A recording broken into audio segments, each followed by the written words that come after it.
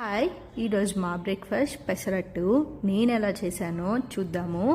Night 2 tea glasses నిండా పెసరపప్పు ఇంకా ఒక హాఫ్ గ్లాస్ బియ్యం వేసుకొని నానబెట్టుకున్నాను.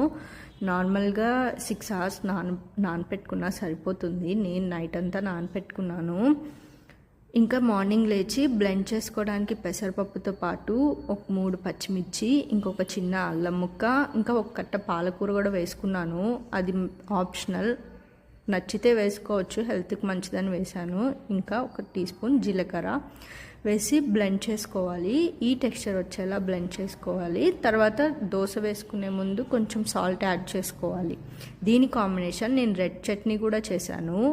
5-6 వెల్లుల్లి, ఒక మీడియం సైజ్ ఆనియన్, ఇంకా ఒక మీడియం సైజ్ టొమాటో, ఇంకా 6 to 7 ఎండుమిర్చి తీసుకొని కొంచెం జీలకర్ర వేసుకొని బ్లెండ్ చేసుకోవాలి.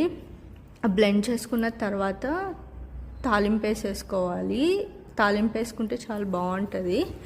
సో అలా రెడ్ చట్నీ అయిపోతుంది. ఇంకా నేను రెడ్ చట్నీతో పాటు పల్లీ చట్నీ కూడా చేశాను.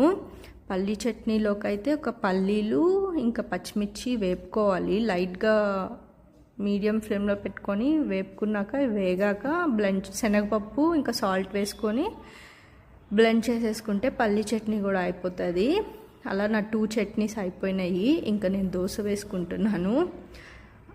ఇలా దోశ వేసుకొని వేడివేడిగా పల్లీ చట్నీ ఇంకా రెడ్ చట్నీ వేసేసుకొని సర్వ్ చేసుకొని తినేస్తే సూపర్ ఎమ్మీగా ఉంటుంది. ట్రై చేయండి మీరు కూడా.